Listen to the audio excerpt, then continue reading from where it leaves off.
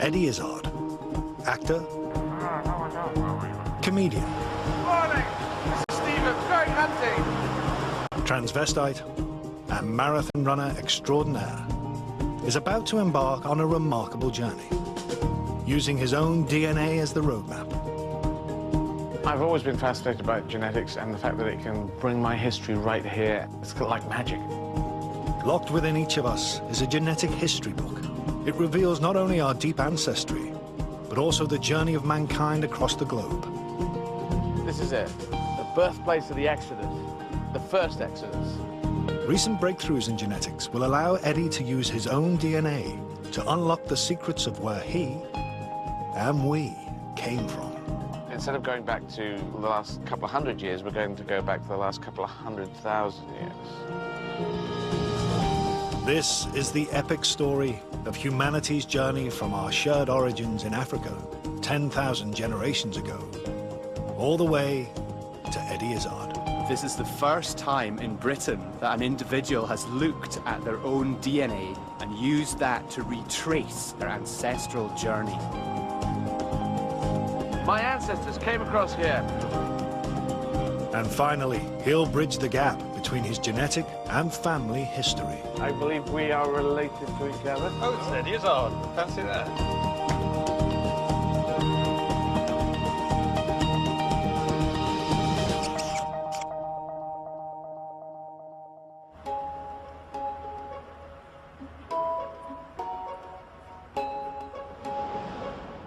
Eddie Izzard is about to become the first person in Britain to use his own DNA to retrace his ancestors' journey across thousands of miles and 200,000 years, from the very first modern human in Africa to Eddie.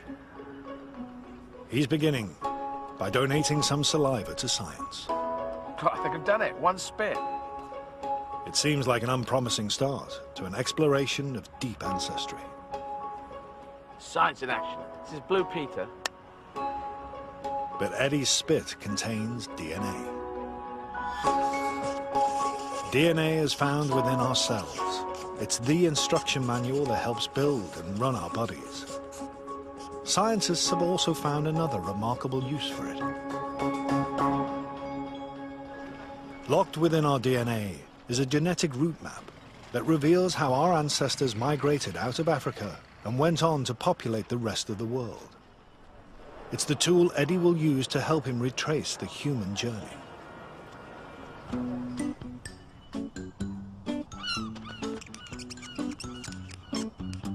Whilst Eddie waits for the initial DNA results, he's going back to his childhood home to visit his dad, John.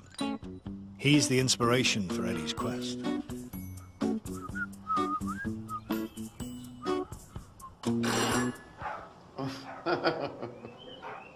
Crazy dogs. Hello. Hi. How you doing? Hi, Ed. Nice to see you. He's 83 now. I kind of thought one can't live forever, but it's nice to give him something before any bad thing happens. Are you intrigued by this? I think it's going to be intriguing. Yes, anything that tells us a bit more about ancient history, something that I never dreamt of doing before. Eddie will undertake 2 journeys. One will explore his dad's lineage, but first, he'll explore his mum's line. And this journey will be close to his heart. His mum died of cancer when Eddie was a young boy. It'd be interesting to find out if something comes out of Mum's side. They go, oh yes, that resonates with me, because I can't see it so clearly because Mother isn't here. My mother died when I was 6. One of the things she said to me before she died was she wouldn't have the pleasure of seeing you grow up. Yeah.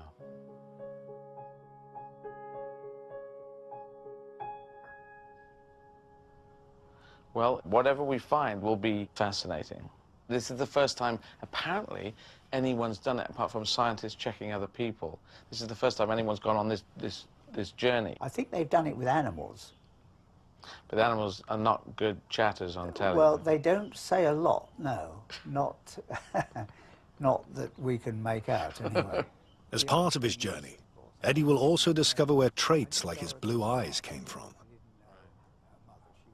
But it's not just what makes us unique individuals that excites him. I look for connections. That's why I do gigs in French, and I'm going to do them in German and Russian and Spanish, just so to find connections around the world. We're all the same. Here's my dad now with dogs. He's walked out that door many times. So it's connections. That's what I'm looking for.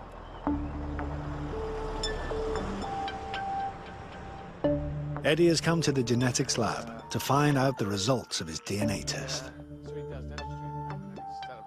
Geneticist Dr. Jim Wilson is using the latest advances in genetic science to unlock the secrets of where Eddie's mother and father lines came from. We took your spit and we extracted your DNA from your spit using a chemical reaction. And then we focused in on two pieces of DNA. A piece of DNA called the Y chromosome, your father's father's father's father's father, all the way back through the generations. But we're also going to look at your mother line all the way back through the ages. Right.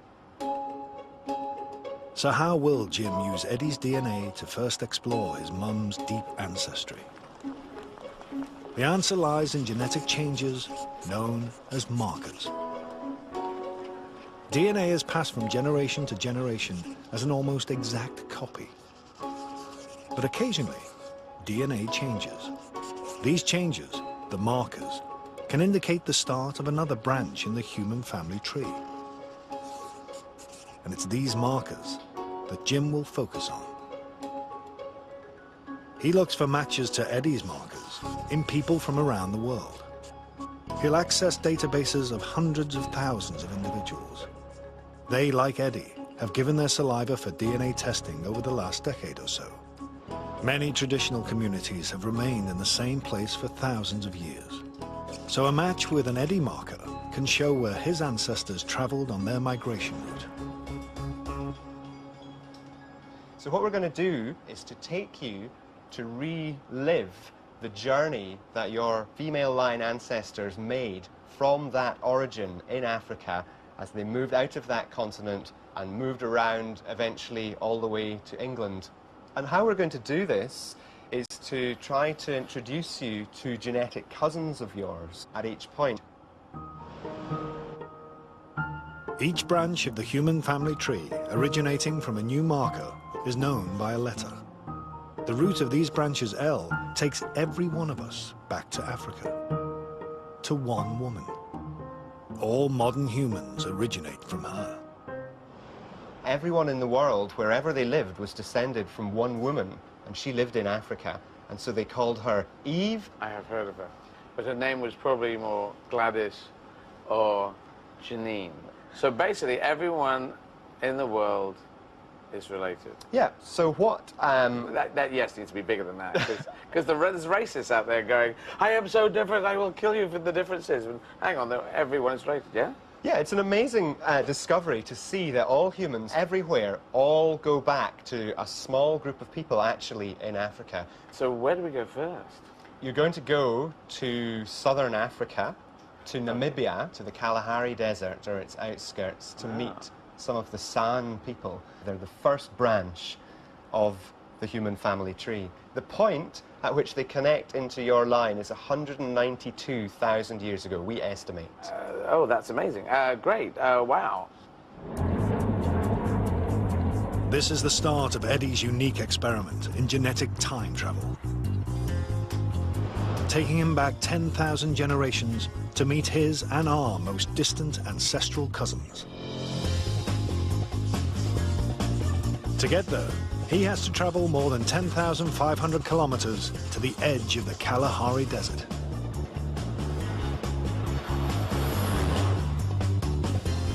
This arid bushland is a tough environment, and would have been for our ancestors. The San Bushmen who live here are one of the last remaining peoples to preserve the hunter-gatherer way of life our ancestors practiced almost 200,000 years ago. Wow.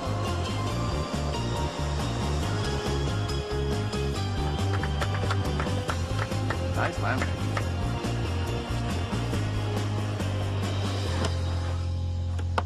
Just how I remember it. Wow.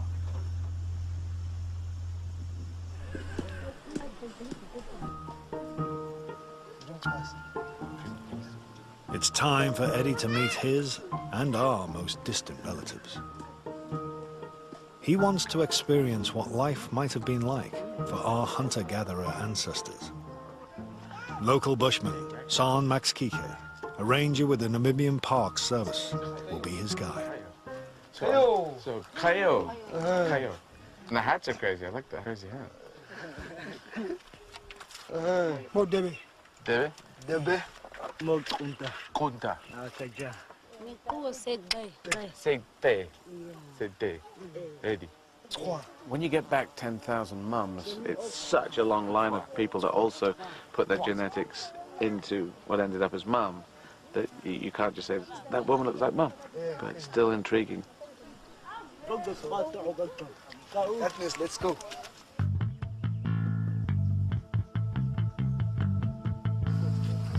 Hunting gets all the plaudits, but then, as now, gathering would have made up the vast majority of the diet.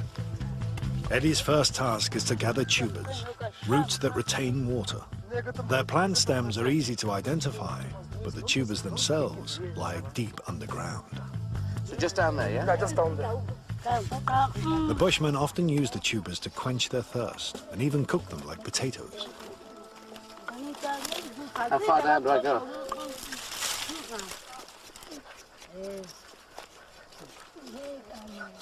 How do I know when I've reached gold? I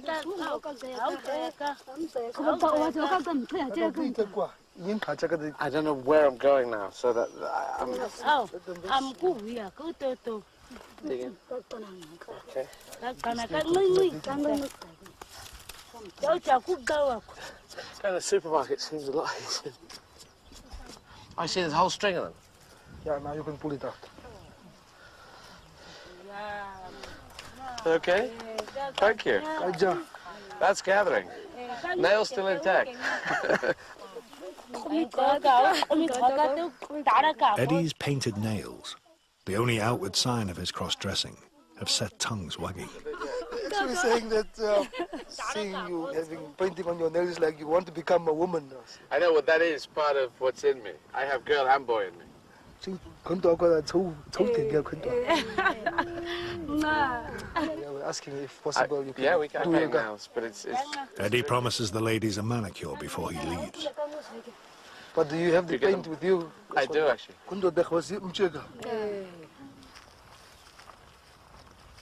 The next food source is less taxing on the nails, collecting berries from the false mopani tree.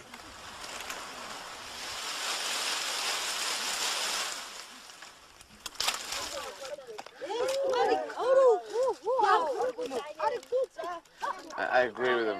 They're all saying, hey, what the fuck, man? Now I'm looking for berries. Now I'm on a quest. 2 berries. 3 berries.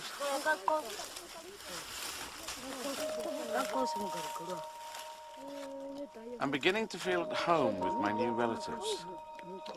This doesn't feel alien at all. So 10,000 mums ago, my 10,000th mum was doing this with women like these women here. They're happy that you are here.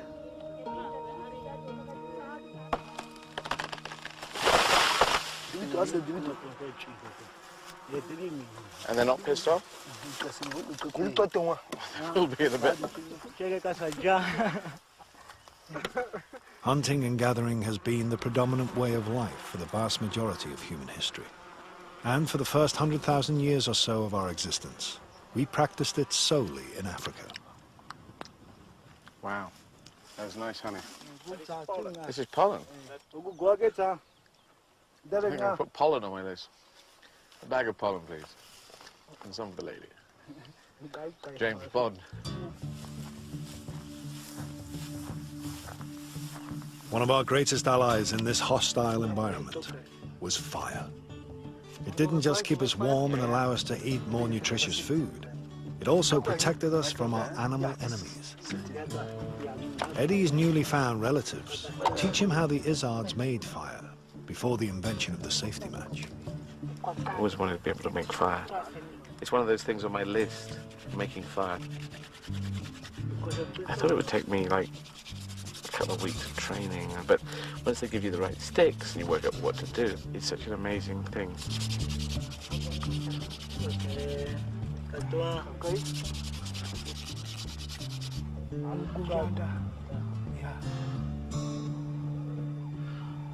Blow, blow, blow.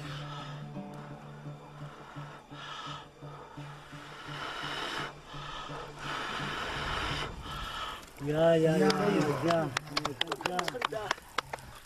My God, my first fire. Wow. This just made my first fire. Ah. He was looking at your nails and said, it looks like a flag of a country. Oh, yeah, that is. This is my country. This is my continent. When you look at your nails, it's like that only with ladies, but not Yeah. with men. I know. Crazy, but a good crazy. I got to call him or a DJ.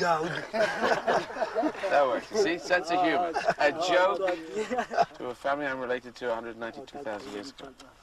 So we are all related. Yeah. So they are glad that we are related and we are together now. Now that Eddie has learned how to make fire, all he has to do is keep it going.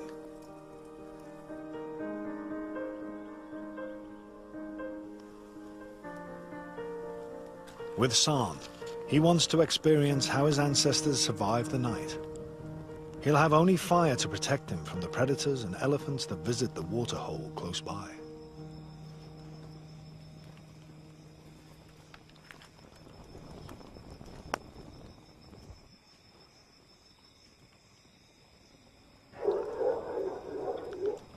Holy cow. You heard that? That is, it sounded a bit like a lion, but that is an elephant.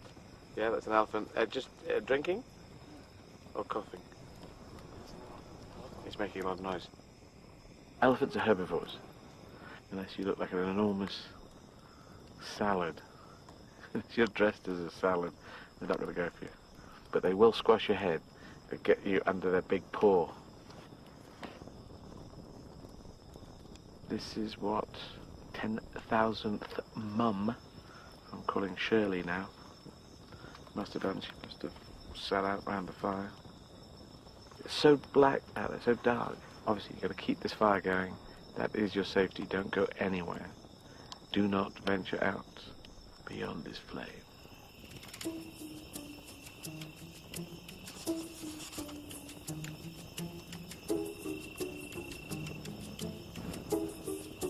Fire looked a little worryingly low, but as long as we keep waking up and putting the things on the fire, there's just still enough wood to keep us going till sun up.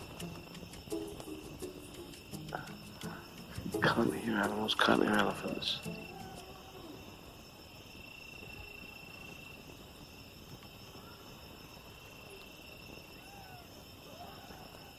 The Mayan plays tricks. Okay, back to bed. See you later.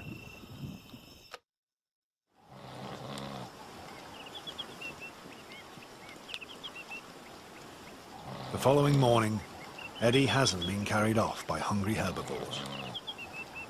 It was quite a night.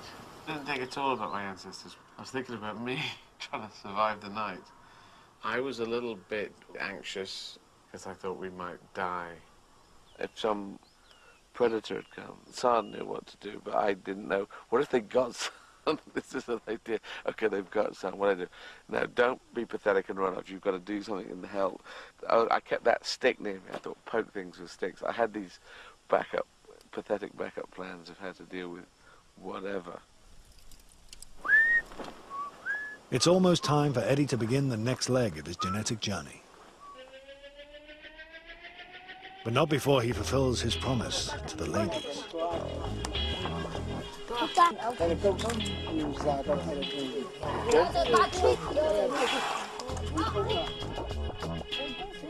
The people here, they don't seem that far away. I thought it would feel very far away.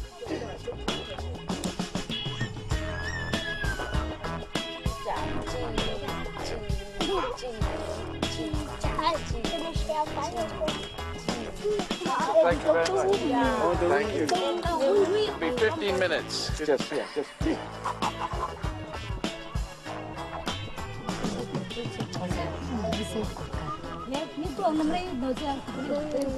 was great to be here and I've met these people and to get a little thumbnail sense of what gathering is like. I have made fire.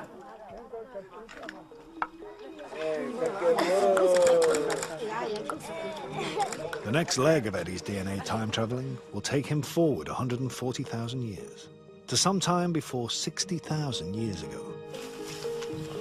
By then, modern humans had colonized the enormous continent of Africa in search of more hospitable places to live. This, despite an estimated total population of no more than 20,000 people. Scientists have DNA tested traditional communities, and with the results have created a map to show how humans migrated across the world. Dr. Jim Wilson is now using this information to discover where Eddie's maternal line traveled. Eddie's next key marker gave birth to the L3 branch.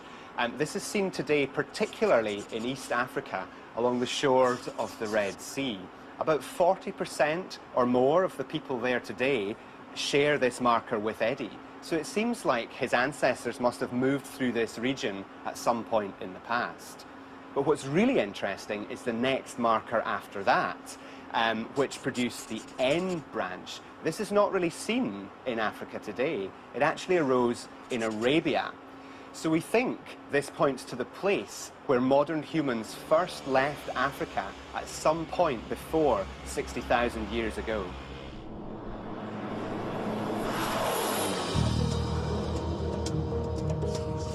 Eddie's traveling 5,000 kilometers across the continent to the small country of Djibouti.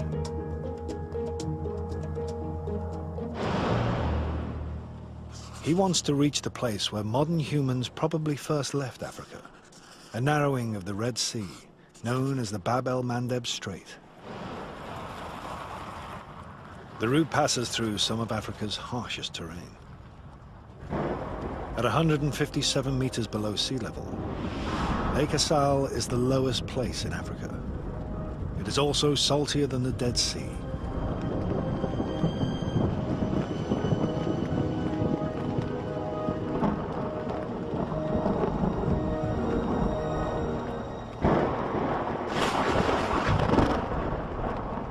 Who the hell comes here? Anyway, they dig up salt from here, so there are people who live here and work here.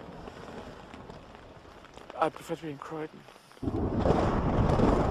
And I was feeling car sick, and then fear goes into this, and then... So anyway, I don't want to be here. If you lived here, you'd go, this is Mordor. And then after you go, Mordor, my kind of town. If you don't know Mordor, it's, of course, the Lord of the Rings place where Mr. Bad Guy lives, the guy with the one big eye. Just think, imagine way back, if you heard that, you would think that was the gods being angry, or having a bad tummy. Probably a lot of guys who said, this is how God's angry. They're angry with you, Steve. But anyway, we're probably going to get hit by lightning. Despite his fear of getting fried by the gods, Eddie's determined to press on.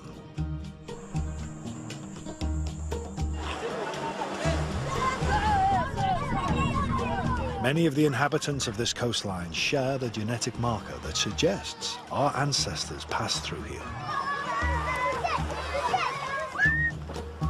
There's evidence these early modern humans were, for the first time, exploiting the marine environment. Deposits of shellfish from an archaeological site show they were harvesting the fruits of the sea.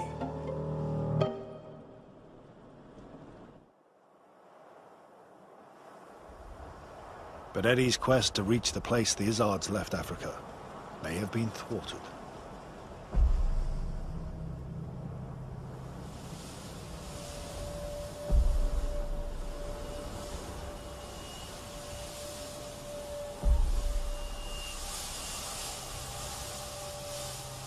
We're in a dust storm, and so if you're going at 15 kilometers an hour, you just can't see anything. So we don't know what we're going to hit, so we will stop for a while. Have sandwiches. Sing song. King, gang. It's a reminder of how resilient early modern humans must have been in order to survive. It's really tough. It's a tough land. It's a tough fight now. It would have been a tough fight then. We're not sure what the conditions were back then, but it really is tough.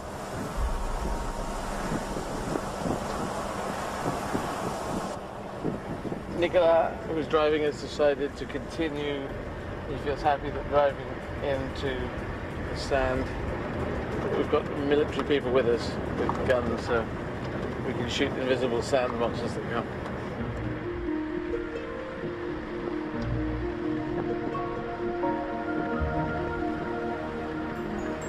After 2 hours, Eddie emerges from the sandstorm at his destination, the Bab el-Mandeb Strait.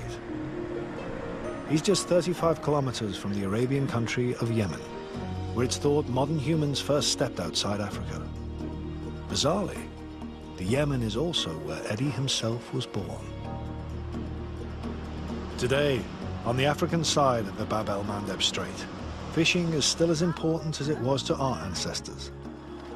To explore what life might have been like around 60,000 years ago, Eddie is off to help catch some fish, accompanied by his translator, Fatima.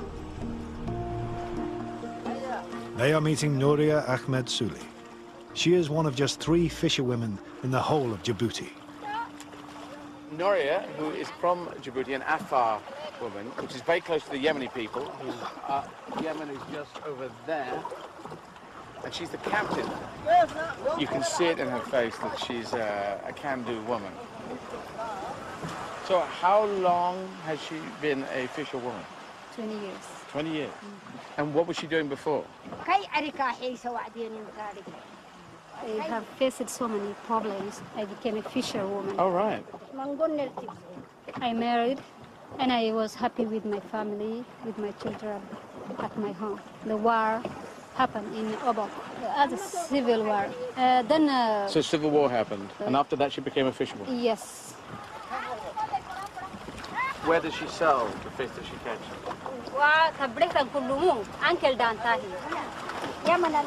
Only in Yemen? Here, they pay 250. There, they pay 1,000 francs. Okay, so 4 times as much for the fish. Yes. And when she goes to Yemen, does she go over Bab el-Mandeb? That is the route you take? She goes in this boat, she goes to Yemen. Yes. Does she speak Arabic? I speak Arabic well. I speak Somali also. All I can say is, اسمي إدي ولدت في عدن في اليمن. Just اسمي إدي ولدت في عدن.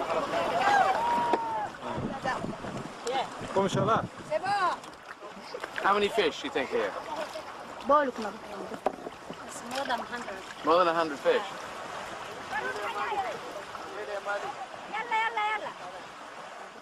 You've got to get the fish out of the nets, which is really tricky, and not break the nets. I got one. Where do we throw it?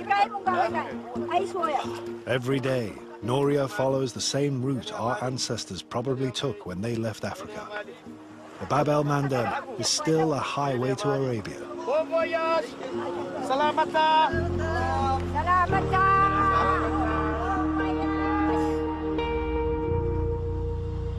No one knows for sure why modern humans left Africa, but our innate curiosity and environmental change may have been 2 important factors. It's thought global cooling and ice age meant sea levels were lower at this time. Perhaps the shorter distance made the crossing more attractive. Some scientists believe only a handful of people made the initial crossing. Remarkably, it's thought that only 2 women gave birth to the rest of humanity outside Africa. One maternal line reached Australia, but Eddie's took a different route and headed towards Europe. That's the journey that humanity took 60 to 70,000 years ago. Maybe as few as 200 people, maybe only 2 women. My mother's line, which is not only my line, it's everyone's line who became European. So we all have problems whether we're British or whether we're European, or British European, as I consider myself. But in fact, we're all coming from one mother who came across here and gave birth to nearly everyone in Europe. Political unrest has prevented Eddie from making the crossing to the Yemen. Frustratingly, he can't follow directly in the footsteps of modern humans as they ventured outside Africa, or visit his own birthplace. My dad and my mum met there, so it's very important to us. Mum working as a nurse for BP oil refining, dad as an accountant, and so it means a lot. My brother was born there, I was born there. My mum died 6 years later, so, and we have these cine-film memories of mum and dad there. It's in here, and bizarrely just happens to be the place where the exodus of humanity went through. This is it, the birthplace of the exodus, the first exodus. It's time for Eddie to leave his and our shared African roots behind. This is now the story of those of us who spread out across the rest of the world. Jim Wilson has been investigating where Eddie's female ancestors went after this momentous moment in human history. It means jumping forward another 42,000 years. Eddie's next significant marker, which gave birth to the T2 branch, originated about 18,000 years ago. Today, it's most common in populations in the Middle East and Turkey. So it seems that Eddie's ancestors are likely to have moved north, probably following the Fertile Crescent, which runs from the Persian Gulf up to Turkey. And it seems like they were still there for one of the most significant turning points in human history, the birth of agriculture, about 10,500 years ago. Farming meant an abundance of new foods and a more settled lifestyle. In a way, it is the birth of civilization. And it's here that something very interesting happened to Eddie's and many of our ancestors' genes. The next step in the motherland journey is to go to Turkey. And you're going to learn more there about how agriculture took hold. And you're also going to learn where your blue eyes came from. Where my blue eyes came from, that is very interesting. Thank you very much, Dr. Jim. That'd be good to go to Turkey. My parents went on honeymoon to Turkey, to Istanbul. To explore his ancestors' roots in agriculture, Eddie's traveling to Turkey's Black Sea coast. Turkey has some of the earliest archaeological evidence for the domestication of cattle and sheep. This area is still known for dairy farming. Some of the people here share Eddie's marker. Eddie's meeting farmer Fatima Teskan and her family, who are carrying on the tradition. So do I need to hold? Yeah, you can hold. Yeah, maybe like... Local guide, Boket Sahin, joins Eddie to translate. And how often do they milk the goats? Every morning. Do you make cheese from this milk? She makes her own homemade yogurt, homemade butter, Right? all different kind of cheeses. All right, from the goat's milk. Yes. Milk is especially useful for Fatima's family. Her son had a tumor in his brain. She thinks goat milk is much healthier, especially for children with diseases. Right. The domestication of animals gave humans a valuable new food source from dairy products. But there was a hitch. Adults in many early agricultural communities were intolerant to milk. Genetics came to the rescue. What exactly is this, Fatima? Ayran, And what is it made of? su var ve tuz var. Goat milk, yogurt, water, and salt. Here you go, so I'll just have a bit of this. Eddie and most Europeans can digest milk due to a genetic change that occurred around this time. It means we can process dairy products beyond infancy, whereas many people in the rest of the world can't. So I can taste yogurty in there. It's really nice and fresh and has a salty aftertaste. So thank you. When I was a teenager, I used to drink 1 litre a day. I used to neck it. I loved milk. I still do. I thought at some point I'm like becoming Chalk Boy, the calcium kid, you know. This ability to digest milk wasn't the only genetic change that occurred to Eddie's family around this time. You have blue eyes, I have blue eyes. Do other people in your family have blue eyes? Kendi ailem, babam, kardeşlerim. Her father all her siblings, and both of her children has Oh, right. blue eyes. Yeah, cool. Eddie's guide, Bucket, discusses the most up-to-date theory on the remarkable origin of blue eyes. A recent study by a team of genetic researchers in Copenhagen University. Okay. Everyone with blue eyes can be traced back to Black Sea coast 10,000 years ago. Everyone with blue eyes can be traced back to Black Sea? Yes. Wow. It was a single person. That's very curious. Blue eyes originating in one person isn't the only surprise. Both parents need to give blue-eyed genes to their offspring. So given that even today most of us are brown-eyed, the trait shouldn't survive at all. Why doesn't it die out? One of the most popular theory is that it is very attractive.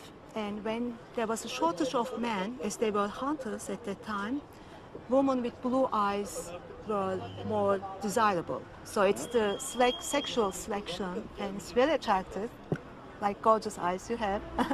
Yeah. I always miss eye colours. Do you notice eye colours though? Women tend to notice eye colours better than men. Well, I do. I mean, even if you look at Hollywood, the legendary people like Sinatra, Elvis, you know, Paul Newman. So blue eyes, which only turned up about 10,000 years ago, roughly, it could have just touched around by sexual attraction, people saying, hey, let's shag the man or woman with the blue eyes and have babies. For whatever reason, blue eyes have persisted. They're doing the rounds.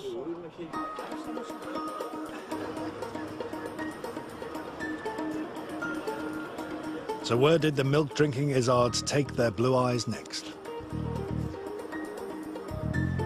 Their adventure in agriculture led to Europe.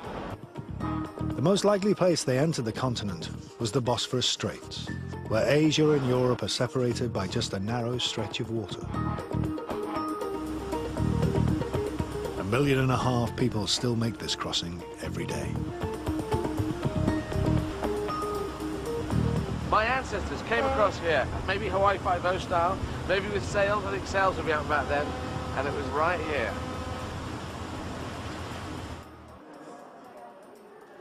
On the European side of the Bosphorus, Eddie can't resist staying in the hotel where his parents honeymooned. Tuba Attis is a manager at the hotel. We're really happy to accommodate you here. Okay. This is the previous D1 here, and your family stayed here 904.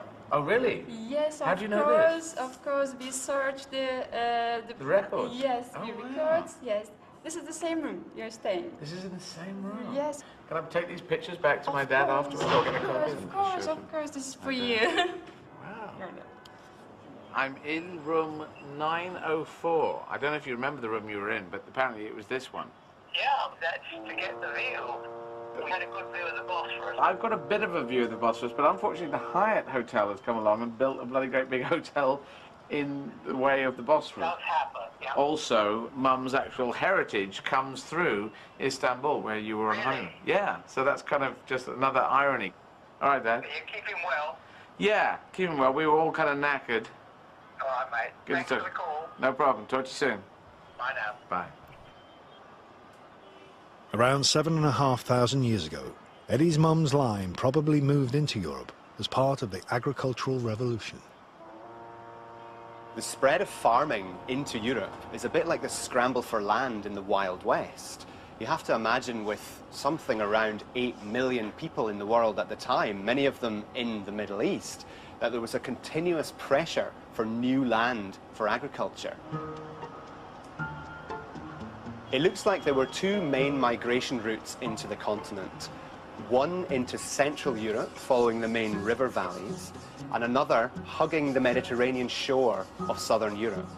Eddie's direct lineage headed northwest into the heart of the continent. But before he explores where they went, he's first going to check out what happened to some ancestral cousins who entered Europe along its southern fringes. Over the next 5,000 years, they settled in some very interesting places. Hello? Dr. Jim, where am I off to next? You're going to Pompeii. Pompeii. Pompeii in some way is representative of the next stage where great civilizations are developing, and of course they're all entirely based on agriculture. So we're going there at a time that's before it blew up. Just around about 79 AD, I think. Oh, around 79. Oh, right. Okay, we're going there Tuesday before explosion. Yeah, exactly. Right. Pompeii will be exciting. I've been intrigued to see Pompeii for years. I think I'm quite good at imagining what it would be like to be there as a Roman. That will be fascinating. By 79 AD, Pompeii was a flourishing Roman town in southern Italy with a population of 20,000 people.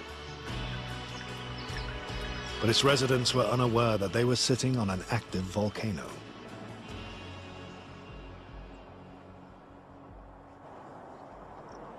Here, Eddie won't be hanging out with modern-day descendants of his ancestors. He'll be meeting genetic cousins who died nearly 2,000 years ago. His guide is anatomist Professor Maciej Henenberg. Before Eddie meets his long-dead relatives, Maciej wants to show him one of the delights of lost Pompeii.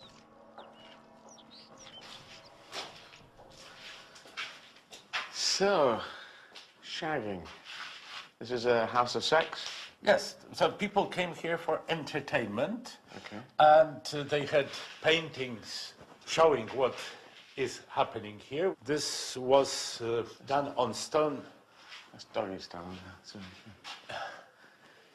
Yes, well, they're showing various sexual positions, which is fairly similar to what one can see on internet today. Yes. Actually, and they're showing some curiosities, like people with double penis, for example. Oh, really? Is that a medical thing? I don't know how to do it. Yes, it is. Yeah? I'm an anatomist. I study anatomical variations. Okay. And actually, both double vagina and double penis happen.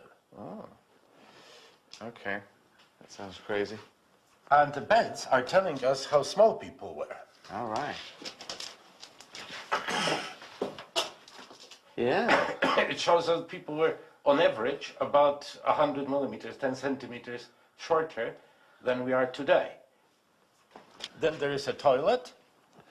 Romans were much more open about the toilet. So, for example, they had communal toilets. A lot of people actually sat here, right here, in this very space, doing a poo, having a chat, saying, just having a poo, I'll be right back in for number 4, bit of number 4, and a bit of that old number 2, a bit of 2 and 2, a bit of 4. And food is across the road. I'll have a poo, we'll have some sex, and then we'll go and get a McDonald's.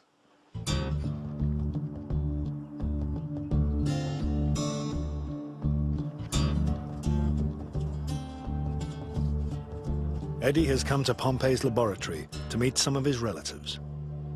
They couldn't give a spit sample, so their ancient DNA was extracted from their teeth. This fellow is your genetic cousin. Sadly, he was born with a congenital problem, so he had this tilted head, which is called torticollis. Torticollis. A nerve to his neck muscles was damaged because somebody helping the baby to be born pulled his head too much. And therefore we both share something with him. Because you share his genes, right, and I shared his condition. Oh, really? Because until I was 12, I walked like this. So otherwise he was quite a handsome fellow, as most people sharing your genes are. So. This is what I heard? Yes. Eddie's genetic cousin died in 79 AD, when a volcanic eruption overwhelmed Pompeii. I mean, logically, people were leaving. Why did this family stay? I think we discovered why. And here's the answer. All right, and she's also your cousin, a young woman, about 17 years of age. She was 17? She was 17 at the moment of her death, and she carried a baby in her belly, and the baby was just about to be born. It was the last month of pregnancy. So the family says, we have to stay with you.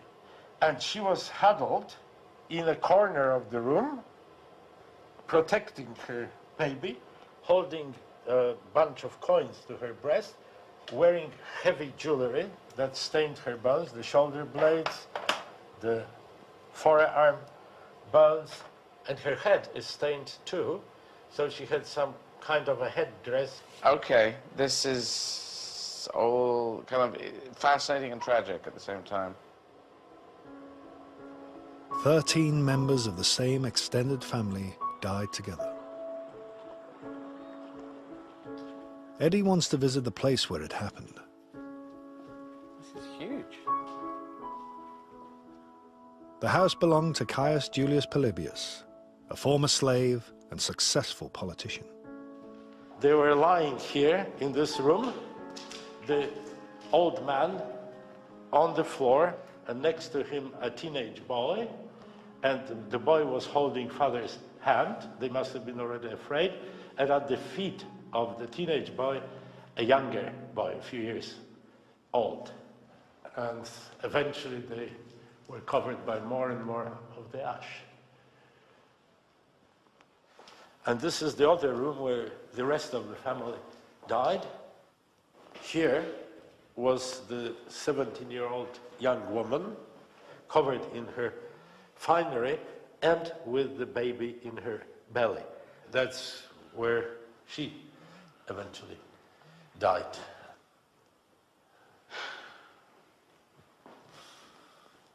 Not a great way to go.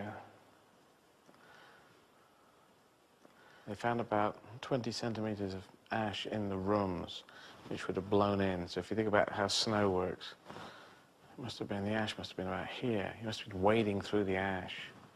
So they were trying to hold on to things. A baby was going to be born, and then they died.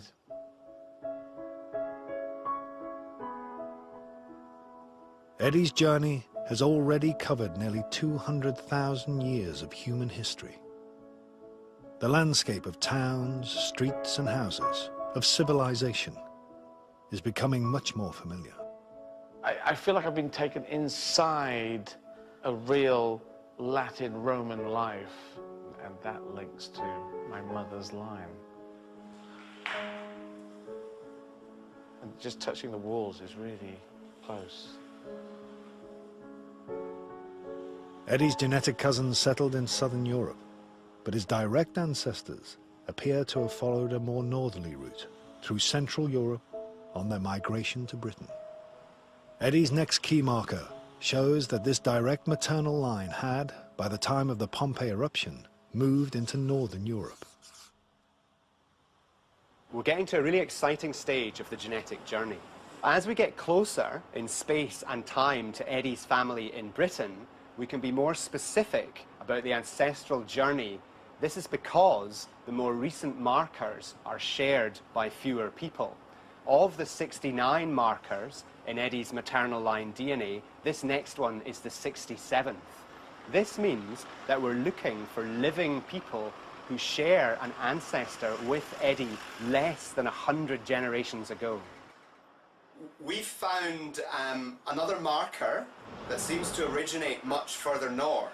This marker is only about 2,000 years old, and the really interesting thing is that this group seems to be focused in Scandinavia.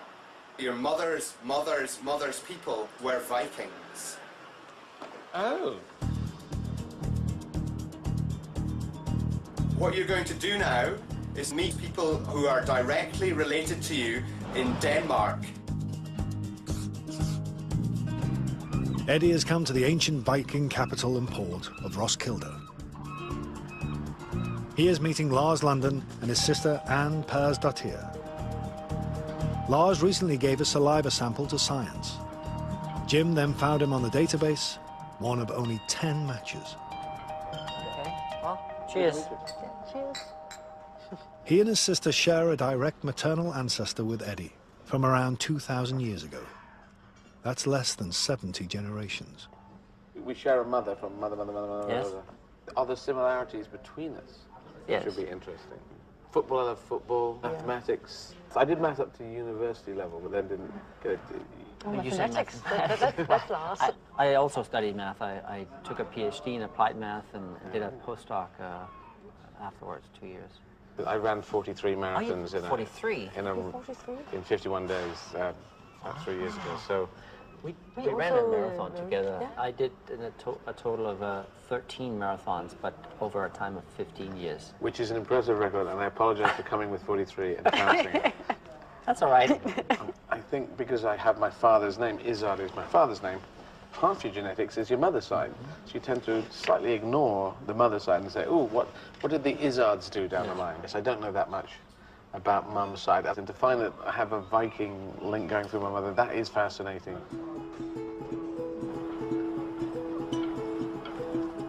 The closest Eddie can get to his mum's Viking roots is to put himself in the place of his newly found ancestors. Strict arms, lean forward. As they prepared to lay waste to a swathe of Britain. Perfect. From 793 AD, the Vikings began to raid Britain. Their secret weapon was the longship. Its shallow keel meant they didn't need harbors. They could row onto the shore. Not too fast. A little bit, yeah, like that, and then more power in each rope. Rowing is exhausting, so the Vikings used sail power when they could. What we do is we use our weight. Yep. So go forward, and then we pull backwards like that, and then you fall onto me. Okay. And then when we're down, you push it towards the hole so she can take back the slack. I understand. Okay? Okay. And pull. Oh, that was too much. Too much. We will just go. Don't I fall on you? No, not yet. Just sit down there and push it.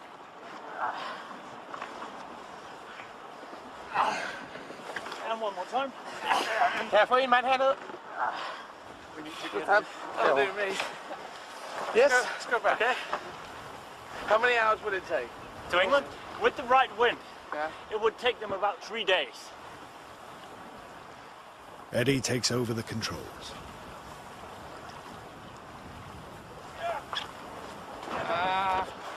You're turning the ship slowly. You have to do hand signal.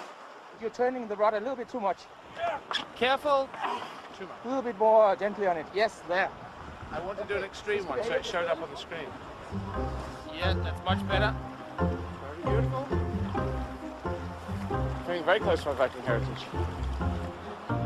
They obviously went over and did a lot of killing and pillaging, which wasn't so good, but it's fun to have a Viking link. Despite the reputation for rape and pillage, Eddie's maternal ancestry suggests Viking families came to Britain too, as part of a second wave of immigration. Maybe they got a boat right here. Maybe someone from my family got on a boat right here and went across and killed someone who was over there and said, can we steal your house? Yeah, anyway. So now I've got to go back to Britain to see where this leads. It would be so interesting to find some sort of link through the mum's side of the family coming in.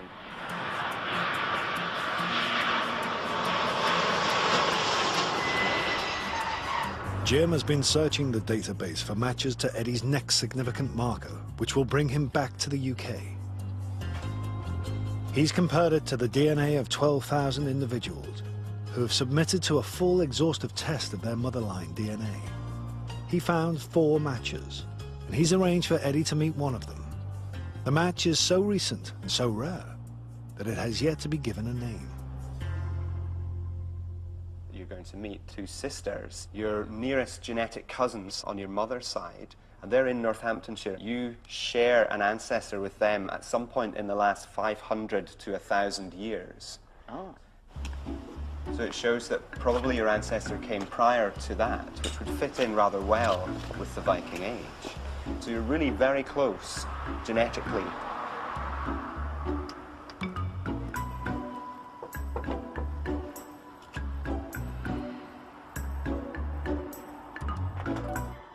Hello. Hi, I'm Jackie. Hello, Jackie. My name is Eddie.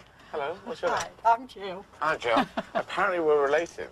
Yes. Through genetics and stuff. That's pretty interesting.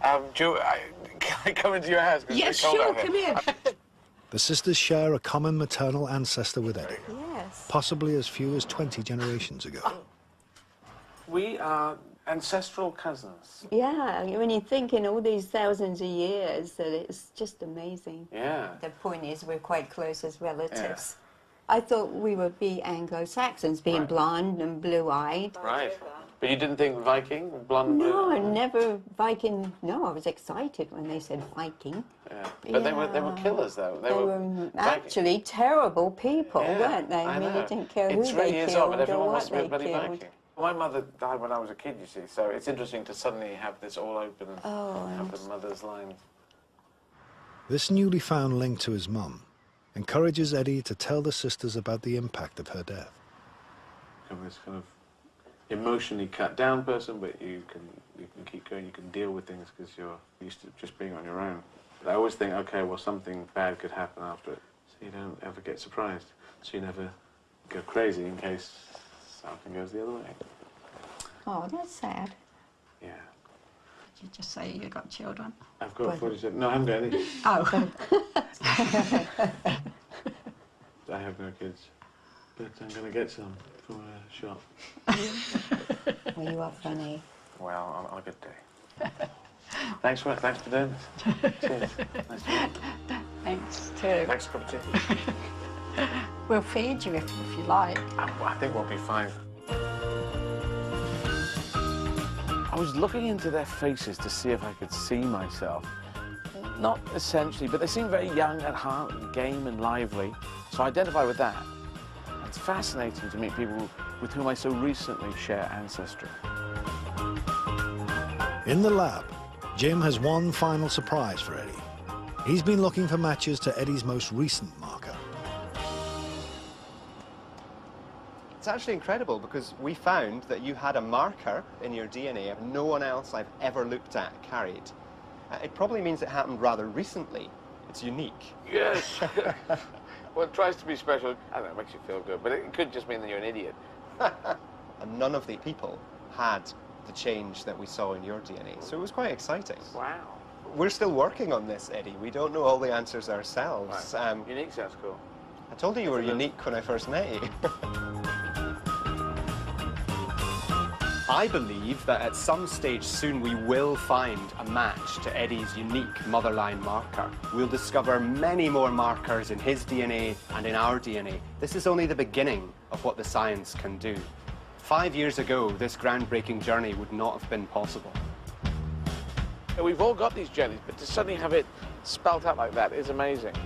I knew my mum for 6 years, and then she went, and now I know these huge chunks of stuff about mum, going all the way back to Africa, through Turkey, getting all the way up to Denmark, and her lineage probably came in 1,000 years ago. And the Vikings would have landed in the seas of Britain, weather like this, and would have scared the bejesus out of everyone. But maybe my mum was in the second wave. Maybe that we were accountant Vikings coming in and saying, how many swords you got?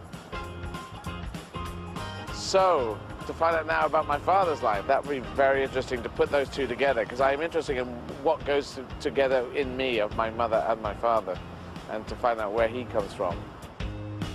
Next time, Eddie discovers how the male Izzards battled with the Ice Age and slept with an alien species. You know, oh, sorry, mate. You can't get much more masculine than that. And good news, that's tomorrow night at 9 here on BBC One. And there's more good news from Russell Howard. That's over on BBC 3 right now.